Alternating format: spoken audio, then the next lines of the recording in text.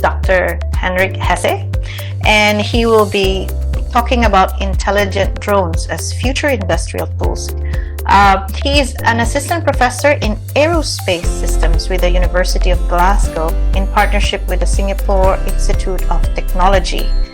And his current research focuses on modeling, design, and control of autonomous systems in the context of their practical applications. So let's welcome Dr. Henrik Hesse. Thanks, Elle, for the introduction, and welcome everybody. Thanks for staying around for the last talk. This one is going to be slightly different. As Elle mentioned, I have a background more in aerospace and aero robotics. So I'm glad that the previous speakers introduced everything about AI and edge computing, and I'm aiming to show how we can actually apply the technologies to drone applications. So I kind of titled it, AI drones question marks. The ethics I heard earlier about AI drones will be discussed in a separate seminar, I think 17th of September, I'll mention. So here it's more about using intelligent drones as future industrial tools. I hope you can see the videos in this video conference. So this is the first one is, we know drones basically they're used for, aerial photography, taking videos, but they're not so much an industrial tool. Because you can see here in this video, for example, it's still the engineer actually changing the light bulb on this mast, right? So the drone is more a tool for taking images. I did find on YouTube this video. It's exciting, but actually somebody managed to use a drone to actually change the light bulb, right? So in this case, the drone is actually the industrial tool that the user, the pilot, can use to change the light bulb. So that's the main difference once we go from, toys or hobby use of drones to industrial use cases. Is this relevant, for automated solutions? Thinking if you can afford this mention on the right, it may be annoying to have those high ceilings, but it's not very relevant. But I did find this case. Heathrow Airport Terminal 5 has over 120,000 light bulbs, and recently 60% of them blue. So they're looking for high wire workers to change all these light bulbs. And I work a lot with industry partners here in Singapore, and talking to them, I know that high ceilings are not easy and not cheap to reach. So you can use cherry pickers, that's fine. You can have scaffolding, or like in this case, you can have high wire workers, claiming to change these. These experts are expensive. So actually, industry is very interested to work on different drone applications. We haven't done anything with changing light bulbs, but that's an overview of different drone applications that we've worked on here in Singapore. And one that comes closest is actually the smoke detector drone. So that was in partnership with industry partners, is to look at smoke detectors. And again, if they're actually at high ceilings, and because of regulations, we need to check that those detectors are working and actually change them from time to time. This can be quite painful. So we actually looked at developing a drone system to check those detectors and if they're faulty, change them. Another application, that deals with high altitudes is the facade inspection on the top right. So this one is the scenario if a building in Singapore, we have HDBs, so high rises. Basically, before they're painted, freshly built, they need to be checked for cracks in the facades. So that's a dangerous, tedious process, and the heat in Singapore not pleasant at all to check all the facades. So we actually developed this drone system with a pretty extensive sensor pack in front here to capture videos of the facades, different cameras, and then detect cracks using AI models. Very similar cases, the top left is actually to do 3D scanning of buildings, but this is the inside of interior of buildings to check that the building has been built to pre-approved plans. So this 3D scanning drone, I will go into detail more later. So before I go on with all the examples, I actually want to highlight some challenges that we face when we design those drone applications. Going back again to the drone that can change the light bulbs, this is the part that I didn't show before, right? You see, it's not easy at all. Of course, drones are difficult to pilot. That's one problem. The other one is drones cannot see obstacles, right? So that's a big limitation if we just use a simple toy drone from the market off the shelf. So if I were to summarize all the challenges that we face in our typical development, from design requirements all the way to deploying the drones, the first one is actually the platform development.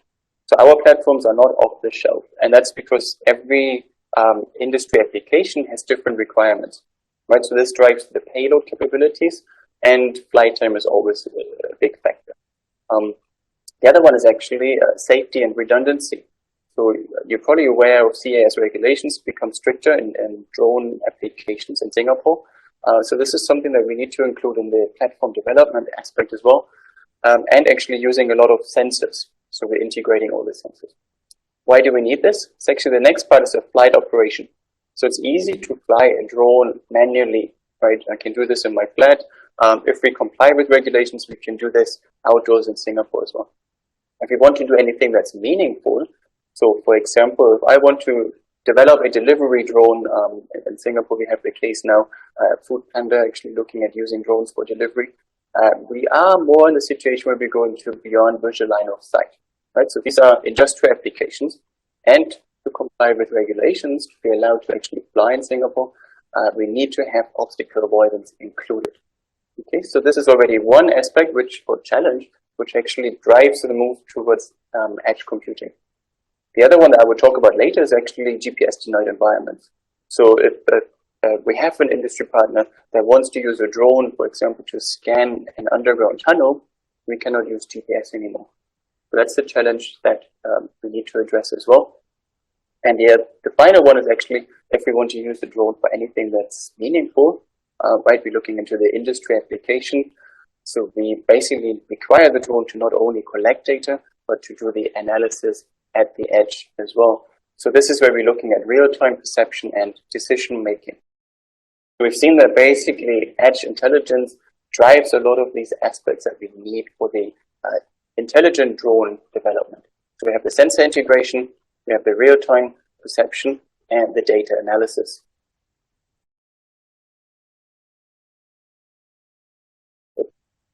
So this is a typical AI drone framework or drone framework that can do something more intelligent for the industry application. So it's I would categorize this into these three aspects, and then in the title it says cascaded avionics architecture, which actually covers the last two aspects. So the first one again is of course the system design. On the right you have another example of the first aid inspection drone. Actually this design is using a tether to basically provide power and can actually stream down data if we want to. So this is a very different design. It's a complex system and we need to look at it from a systems engineering perspective. Then the second aspect is the flight control, right? So basically we need to have the basic flight control in place that we can command the drone to fly upwards, to pitch forward, right? To basically fly from A to B. This is the primary flight control. I will talk about this more in a second.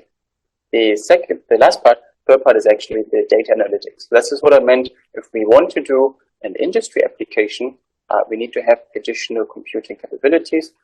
So for example, computer vision and our usual deep learning models. And this one we do in a cascaded approach that basically we separate flight control from these additional data analytics. And this is what it looks like typically on a drone platform. So you have the flight control, right? The primary part is the autopilot, the remote control for manual control. We have a telemetry system, so we can actually stream data down to a ground station, and all the basic sensors that we need for flight control, such as GPS, we're flying outdoors, are actually part of this primary system. And then you see here, basically we have an edge computer. Those can be several edge computers that then can do the data analytics part, which is the third aspect. So I saw in the synopsis, one of the outcomes for this seminar is to basically inform the audience, right, about how to actually use such edge intelligence for different applications. So I actually want to dive a bit more into details what we're using when we do such a drone development for these different aspects. So the first one was the primary flight control system.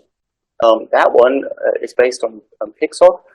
It's an open source, open hardware environment that's pretty much used around the world by, I think, most research institutes and actually drone development companies to implement the primary flight control. So you see here the picture on the right is a PICSOC. It's a flight control board that basically connects all different sensors, the motors, everything that you need on a drone. And this PICSOC allows us to actually have a drone system with a basic functionality. So we can fly it with the transmitter, or we can connect it to the ground station and even do some automated flying predefined waypoints. And actually, this one already allows us as well to do geofencing. So for example, if we don't want to fly to Changi Airport, or we're not allowed to, PICSOC can do this as well.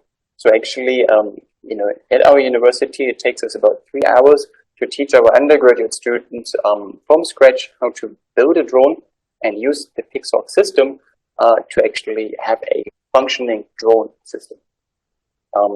This drone system wouldn't look like you know, the DJI drone that you can buy off the shelf. It looks something more like this. It's messy, but it's a development system that we use to demonstrate drone applications. Right, so this is the primary flight control for the low-level navigation and flight control. The second part, so that's the addition on top of this, is actually the secondary computing system.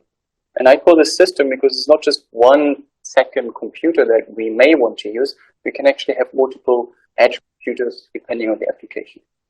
The first reason why we need it is already I mentioned regulation requirements. So if we want to have an automated drone system, we need to actually demonstrate that we can do obstacle avoidance, and that's for our regulated requirements here in Singapore, and pretty much any other country in the world will have the same limitations or regulations at some point in the future. So this allows us to do high-level navigation. Right, we see an example here on the top right. This is a drone system. It includes already a LiDAR, 360 LiDAR system, an interior sense camera to have not just RGB but also depth information, and in this case, the edge computer's baud rate system. So with this one, we can actually detect obstacles and react early enough. And the way it's implemented is actually shown on the bottom right. We have the edge computer. It's connected to our flight control system, like the PICSOC system. And we can override the commands, or we can command the flight controller to basically change pitch roll, yaw angles, or actually different waypoints. Right, so this is just, or this already shows you that basically just for the flight aspects, we need a secondary computer in future drone applications. The other things that we can do then, of course, is real-time decision-making or intelligent decision-making. So this is on top of this, and this goes into the third box, where we use the secondary computing system for data analytics. So one example is actually, you know, if you want to take photos at specific GPS coordinates, we can use that edge computer to do this. So these are simple tasks. But if we go to a more advanced task like track and follow dynamic targets, so this already actually involves computer vision, processing, trajectory prediction, and so on and so on, which the edge computer can do. And all these are actually very much linked as well to autonomous driving, as the previous speakers presented as well. So let me show you one example. If we use an edge computer, and this is a Raspberry Pi 4, for object detection. So this is an example where we looked at detecting flaws in welds. So we have a welding defect here, and this was not on the drone. This is just basically a lab demonstration. And I showed this video because on the top left we can see the frame rates as an outcome from this algorithm. So this is not using any accelerator, and basically we are at 3 frames per second. Let me show this again. If there are no welding defects, and once actually the software picks up a welding defect, the frames per second go down to less than 1. Okay, so it's a very sluggish response that we have. The system here actually does a lot more. It saves the images that are detected of welding defects in the cloud, that we can process these afterwards. So it's a kind of example of a fog computing platform. I wanted to show this to basically demonstrate the frame rates that we can have on an edge computer if we don't do anything about actually speeding it up. Luckily, there has been a lot of development recently, and again, the previous speakers already showed this. Basically, there are dedicated boards for edge computing, and they're actually dedicated accelerator sticks to speed up, right, the deep learning algorithms that we can do directly on the edge. So I was going to try to find a chart which kind of shows Moore's laws for edge computers, but instead I found the benchmark on medium.com done by a colleague. So just showing basically performance of different edge devices. So we have the Raspberry Pi 3 Plus with different accelerator sticks. You can see here. We have the Google board and another NVIDIA board. And the good thing about these boards or these additional dedicated accelerators, they have been developed. They're really good for drone applications actually, because we can see they are low in power consumption. So they're not draining our batteries. They're low in weight, which is definitely something we need because weight is always critical when we look at airborne systems, and they don't cost too much. So we can actually give an RPi 3 to all our students when they start. That's how cheap they are, and they can play around with them, and even if they break, that's not a big issue. And the final thing is they're actually high in computing power now. And we see this in the second when we look at the benchmark results. So this actually allows us to do edge computing directly in the sky on the drone applications. The final thing is that we actually have dedicated deep learning models for edge applications. And the previous speakers already showed this. So one example is a mobile net. And the benchmark really shows the development in these boards, and especially the advantage of actually having accelerator sticks. So we start with a normal RPi 3, and this is showing the benchmarking result for detecting fruits, I think, in milliseconds, right? So the smaller burst, the better. The RPi 3 takes a long time to do that, but as soon as we actually plug in accelerator sticks into this, so the Movidius or the Intel stick, or we have the Coral USB accelerator on the left, we see that actually those times go down massively. And in the case of the Coral USB accelerator, they're in the same order of magnitude as a MacBook Pro. Right? So we have the computing performance or the model performance, appearance performance of a MacBook Pro, but at the size and cost of an RPi 3 with the additional accelerator stick. Okay, so this shows the capabilities of the edge devices that we have and that we actually need for meaningful drone applications when it comes to industrial, using them as industrial tools. Okay, the final thing I wanted to come back to is actually the system design. So I already mentioned we have this drone system, and it's a complex engineering system. And what we typically do when we design such a system, we look into systems engineering. And my colleagues from the robotics community will know that basically we use ROS, the robot operating system, to combine or to communicate between any of our sensors and libraries and so on. So ROS is a middleware for communication and for plug-and-play libraries, right? So our drone system has different sensors and they're all ROS compatible, and we use ROS to actually interface.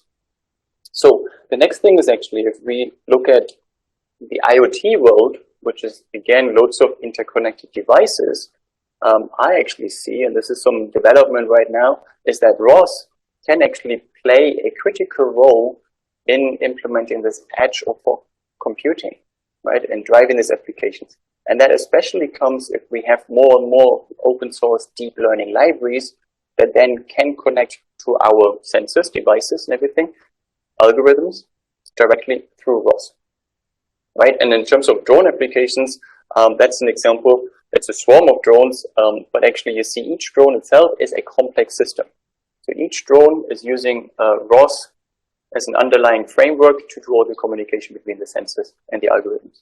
Then actually all the drones communicate together. So all this ground station block here is also running ROS. So actually then we just need to further extend it to cloud computing, and we can have a whole network running on ROS, and that's linking edge computing, or I think that's a critical driver, key driver to implement edge computing in robotic applications.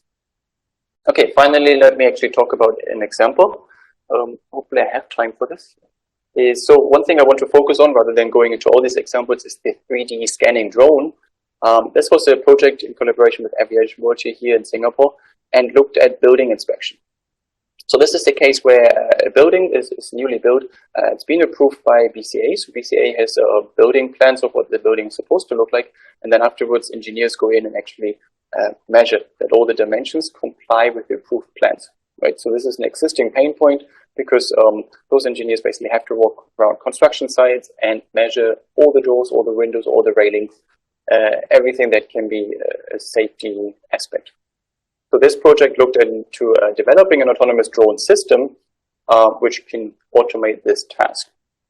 And for this, we basically envisioned to develop a drone system that can capture a 3D point cloud, then compare this 3D point cloud with approved 3D plans, so building information models, to confirm that the building conforms with approved plans, and actually finally consolidate everything into a database. So we looked at different technologies that are useful, right, to do the 3D scanning, and industry right now is filled with this already, and I'm sure you've all seen this. Two typical technologies that are used for 3D scanning. One that's very popular is on the left is photogrammetry. So the idea here is that we take lots of pictures of the object that we want to scan, and through photogrammetry, identifying basically different features in all these pictures, we can generate a 3D model. This works really well and actually leads to very good 3D models, for example, here of outdoor environments. But this is computationally very expensive and is typically done offline. So we can fly the drone, generate loads of pictures, and then create the 3D model afterwards. So something that we instead explore in-house is simultaneous localization and mapping, SLAM. This can be online, as shown in the video here, and actually combines loads of different sensor information from LiDAR, 360 LiDAR, and depth cameras or normal vision sensors. Okay, so this is the one that we actually followed for this project because we wanted to have real-time information and we wanted to have highly accurate maps of the 3D environment. So the approach is very similar to the one I introduced earlier. We basically did the drone development, sensor integration. So we have a 360 LiDAR, the depth camera, and we're using the Odroid system on board to do all the 3D mapping. We run the SLAM algorithm that's done online while we're flying, and then we can do the analysis that's done offline. We can do this afterwards. So I want to show a video just to summarize this project, and it gives you a good overview. So first, we basically demonstrated all the different sensors that we can use for this robot application. The first one to start with is the stereo vision camera, and this is done on a laptop. So we haven't used laptop as an edge device, but we haven't used onboard devices to do this. And this is to evaluate the sensors. You can see here the point clouds we can generate. This is done in .3D with the stereo vision camera is really good. Right? We get a high density point cloud, and we can take very accurate measurements in millimeter range. These photogrammetry results are not so great, so that's why we opted for stereo vision. And this is the comparison then against these approved models by BCA, for example, of a staircase and a shelf. So we can do this offline afterwards and actually flag any non-compliance. So you see here there's a block under the staircase which wasn't in the plan. We can actually ensure that elevator width are exactly as required. And again, this we were surprised, this is really down to millimeters. And it's useful for engineers. They can actually take direct measurements. So the challenge for this project was, of course, to put this onto a drone system. This is what it looked like, similar to what I've shown before. And this is the indoor testing. So for this one, we're running different SLAM algorithms. This is the one that's actually running on board the drone using the interior sense camera. And we can generate a 3D model. At the same time, we're also running a LiDAR-based algorithm to create a 2D map of the environment shown here. And then afterwards, we can overlay this with the approved plans. So this was one project that we continued doing. So this is the result of the point clouds that we get. You see a very accurate high-density point clouds of the whole sort of floor level that we can then overlay with those approved 3D models, and we can do the direct measurement. So this can be done using a drone system. Okay, so the red line shown here is actually the position of the drone at the time of scanning. Right, so you see that actually this is an indoor application, and we can use this technology in real time to also get the location of the drone itself. So this shows you a bit the importance of edge computing here, because when we're trying to automate this approach, Of course, a drone needs to know where it is, so it can make real-time decisions on where to go next.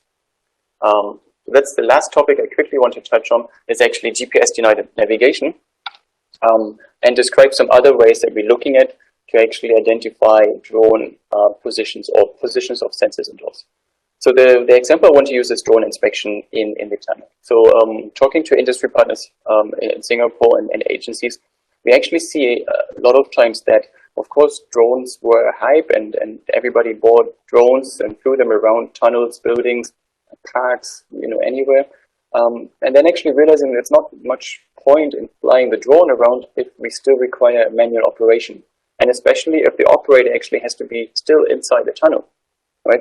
So the full potential of drones as an industrial tool only emerges if we can actually automate the process. And to do this, we need to have a way to be able to navigate inside the tunnel, for example. So this is GPS-denied navigation. Of course, there are lots of other applications that we can look at: smart warehouses, if we need precision localization in autonomous driving, or smart shopping, as previously mentioned already as well. So the thing that we developed at University of Glasgow, and this was in collaboration with Zurich, is actually, this is an infrastructure-based system where we use ultra-wideband chips. So these are off-the-shelf sensors we can buy to create an indoor, so to say, GPS system, right? So we can actually we can set up these anchors. So it's an infrastructure-based system. So these are like our satellites, and then we can use the UWB information to localize tags. So in our case, for drones, we want to localize the drone inside the building. Of course, there are lots of solutions already that we can just buy off the shelf that do exactly this, actually using the same chips. The challenges in this technology is actually the setup. So if I were to go to LTA and put it up inside the tunnel, I would have to actually put these anchors everywhere in the tunnel and measure exactly the location of these different anchors.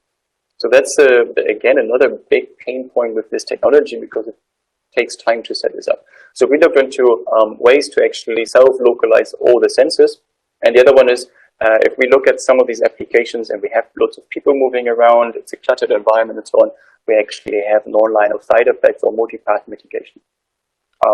So to overcome these two challenges, again, edge computing plays a role, because we need to do more than simply process the information that comes from these sensors, right? So for this, we actually run an embedded optimization algorithm on board of these devices. And the more and more we want to do, of course, we need those edge computers to be the more powerful. So this is just the final video to show what it looks like, especially the self-calibration algorithm. So these students set up these anchors. So these basically form our satellites, comparable, right, what we have for the GPS system. And this is the self-calibration phase. So instead of measuring the location of all these sensors, we actually implemented these algorithms that can detect the location of all the anchors. So this is the infrastructure that we need to then localize our sensors or the drone itself. So let's demonstrate it next. So it basically just takes a few minutes. The whole infrastructure is set up, and now we can use this to detect where the drone is flying. So you see here the drone. It's a very, very small miniature drone the size of a palm. And you see here on the left, the green dot is actually the location of the drone in this small environment. These sensors have a capability to stream up to 290 meters. That's the manufacturer specs. We've tested up to 200 meters, right? So it's actually a huge potential inside tunnels, or even in urban environments where we need precision information. And it's not just for drones, but actually for any sensors that we want to have as part of a smart IoT network. Okay, so in summary, basically I've shown the framework that we're using to develop intelligent drone applications, right? So the first one is really actually edge computing. Edge technology is an enabler just for certification requirements. To be able to use drones for industrial applications, we actually already need edge computing. And that's because of this beyond visual line of sight operation or obstacle detection. And then I've shown with some examples basically how we can use edge computing to use drones for meaningful industrial applications, right? So we have 3D mapping, localization, we can do vision-based inspection, like the welding defects, and actually we have other examples of delivery drones where we can do precision landing. Some question marks to look at the future is actually, it's always a question, basically what happens with 5G technology, and moving to cloud computing. And I think we had lots of really good presentations before already that raised the same issues. And we have seen this, when we see this for drone applications as well, is that, of course, the bandwidth and the latency, right, is not enough for real-time decision-making. And safety is critical for our drone applications. So I cannot wait for the data to be sent to a cloud, to be processed and then sent back to actually take a decision. Because I need to comply with the regulations. And the other aspect is actually safety is what happens if that data connection is broken. I need the drone to be intelligent enough to take decisions on its own. So this is where edge computing is critical in drone applications. I do see potential though to go more into what we call the fog computing environment. If you look at collaborative drone or robot networks. So if we look at the smart hangar of the future, we basically see drones being used to, for example, inspect aircraft.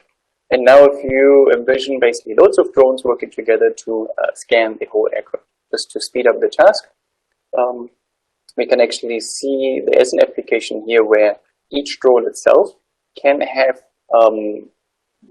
intelligence to actually do its own part, and then stream this to the cloud where we can put all the data together to get the big picture of the whole aircraft scan. Right, so there are opportunities, of course. So I don't think it's like either or. For drone applications, there's definitely an exciting future.